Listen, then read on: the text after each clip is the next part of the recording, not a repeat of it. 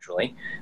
In the beginning, yes, 100%. The biggest hurdle for me in believing that I was actually a medium was figuring out what thoughts were mine and what thoughts were not mine. Because in the beginning, it's very subtle. It's not like you see in the movie Ghost where I'm going to look in the corner and someone's father's going to be standing there. I mean, sometimes stuff like that can happen. But for me, it's rare. It started as much more of a subtle thing where it was these things popping into my head in my own mind's voice, and sort of would feel like they didn't fit. But then, you play the game. Am I making it up? Do I want to hear something? So my subconscious is putting it there. And that's when the people who you read come in and you say, who's so-and-so? And they're like, oh my God, that's my dog or my father or sister, whoever.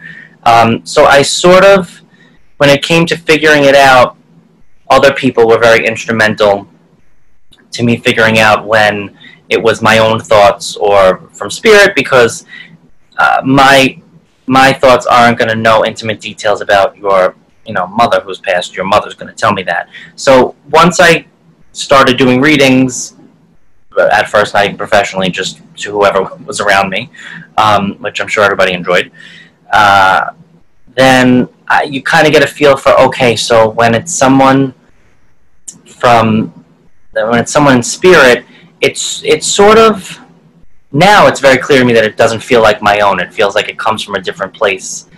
And not even in my mind, it's almost like the thought is somewhere up here, and it's like incoming, like you get like a download. You'll hear people say all the time, I got a download about something. So that's sort of what it feels like. But yeah, in the beginning, for an inexperienced medium, it's very, very difficult, I think, to differentiate between your own thoughts and spirits, because not everybody is very clairaudient.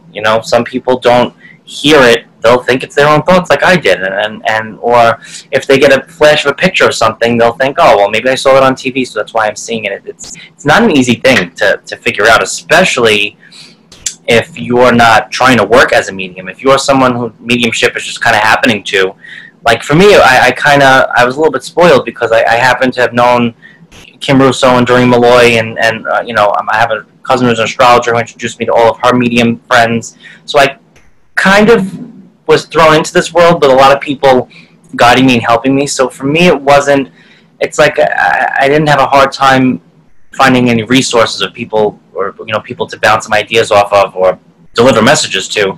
Whereas I can't imagine someone who has no connection to this world and they start hearing spirit, and then it's like, geez, who am I going to say this to? So yeah, a little bit difficult, but not anymore. With practice, it's like anything else. It's a muscle. You just, like that, you just know.